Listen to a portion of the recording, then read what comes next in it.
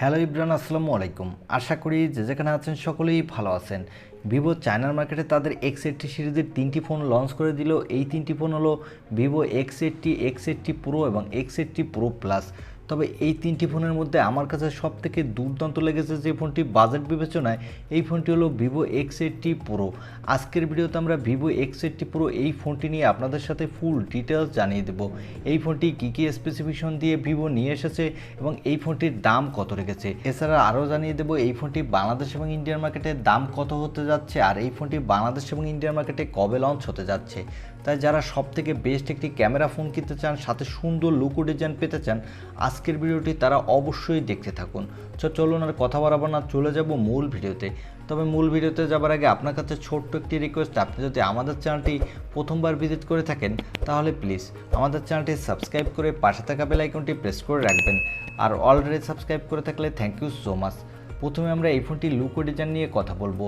এই ফোনটির ব্যাক প্যানেলে দেওয়া হয়েছে গোল্ডেন গোরিলা গ্লাসের প্রোটেকশন। এই ফোনটির বডি ফ্রেমটি দেওয়া হয়েছে অ্যালুমিনিয়াম ফ্রেম এবং এই ফোনটির সামনে দেওয়া হয়েছে একটি মিডল পাঞ্চল কাটিং কার্ভ ডিসপ্লে।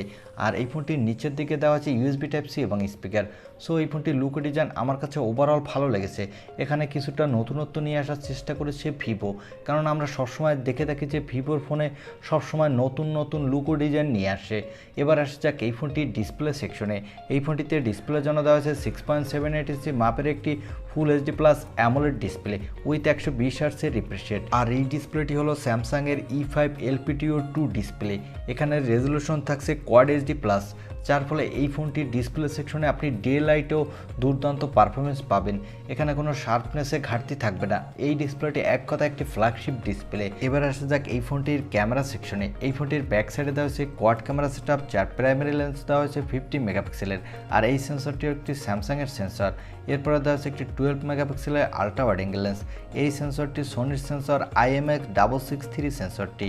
এরপরে দেওয়া হয়েছে একটি 12 মেগাপিক্সেলের টেলিফোটো লেন্স। এই সেন্সরটি হলো সোনির। এখানে 2x পর্যন্ত অপটিক্যাল জুম করতে পারবেন।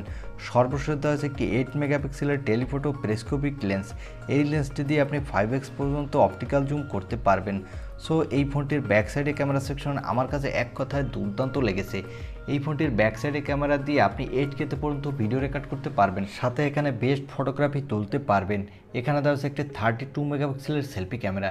এই ক্যামেরাটি দিয়ে আপনি দুর্দান্ত মানের সেলফি তুলতে পারবেন, সাথে 4K পর্যন্ত ভিডিও রেকর্ড করতে পারবেন।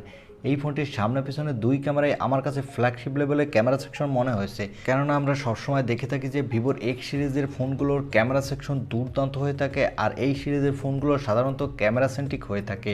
এই ফোনটির পাওয়ারের কথা বলতে গেলে এই ফোনটিতে দেওয়া হয়েছে স্ন্যাপড্রাগনের এই বছরের সব থেকে লেটেস্ট প্রসেসর 8 ভার্সন প্রসেসরটি। তবে এই ফোনটি আরেকটি প্রসেসর ভেরিয়েন্টেও পাওয়া যাবে। এটি হলো মিডিয়াটেকের একটি ফ্ল্যাগশিপ প্রসেসর, মিডিয়াটেকের ডায়মেনসিটি 9000 প্রসেসরটি। এই দুইটি প্রসেসরই 4 ন্যানোমিটার আর্কিটেক্টেবল এবং এই দুইটি প্রসেসর দিয়ে আপনি টপ নচ পারফরমেন্স পাবেন। যেমন PUBG, free fire, call of duty, অ্যাসপাল9-এর মতো গেম হাই সেটিংসে আল্ট্রা মোডে প্লে করতে পারবেন কোনো প্রকার ল্যাগিং ইস্যু ছাড়া। তবে এখানে কিছুটা হিটিং ইস্যু দেখা দিতে পারে, কেননা এই প্রসেসরগুলো ক্লক স্পিড অনেক বেশি থাকে, তাই হিটিং হওয়াটাই স্বাভাবিক। তবে এই ফোনটি বাংলাদেশ এবং ইন্ডিয়ার মার্কেটে কোন প্রসেসর ভেরিয়েন্টে লঞ্চ হয় তা এখনও বলা যাচ্ছে না।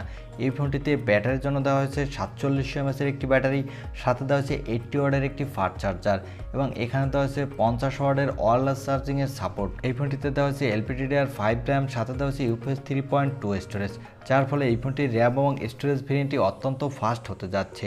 এই ফোনটি IP68 রেটের, যার ফলে এই ফোনটি পানিতে পড়লেও কোনো সমস্যা হবে না।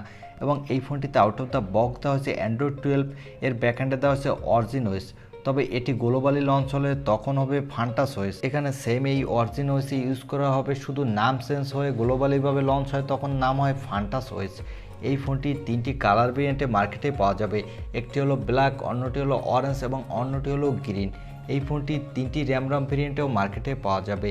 এর বেস ভেরিয়েন্টটি হবে 8 256 GB, মিডল ভেরিয়েন্টটি হবে 12 256 GB এবং টপ ভেরিয়েন্টটি হবে 12 512 GB। এবারে জানিয়ে দেবো এই ফোনটির কোন ভেরিয়েন্টটির কত দাম রেখেছে চায়নার মার্কেটে এবং এই ফোনটি বাংলাদেশ এবং ইন্ডিয়ার মার্কেটে যখন লঞ্চ হবে এর দাম কেমন হবে, আর বাংলাদেশ এবং ইন্ডিয়ার মার্কেটে এই ফোনটি কবে লঞ্চ হতে যাচ্ছে। এই ফোনটির চায়নার মার্কেটে এর বেস ভেরিয়েন্টটির দাম রাখা হচ্ছে 5499 ইউন, যা ডলারে কনভার্ট করলে হয় $840। সেক্ষেত্রে এই ফোনটি ইন্ডিয়ার মার্কেটের দাম হতে পারে 50 থেকে 55 হাজার রুপির মধ্যে। এবং বাংলাদেশে আসলে প্রায় 70,000 টাকার কাছাকাছি হবে এর বেস ভেরিয়েন্টটি। এর আপার ভেরিয়েন্টগুলোর দাম আরেকটু বেশি হবে। এই ফোনটি ইন্ডিয়ান মার্কেটে জুলাইয়ের শেষের দিকে লঞ্চ হতে পারে এবং বাংলাদেশেও জুলাইয়ের শেষের দিকে আসার সম্ভাবনা রয়েছে। এই ছিল ভিভো X80 Pro এই ফোনটির ছোটোখাটো একটি ডিটেলস রিভিউ।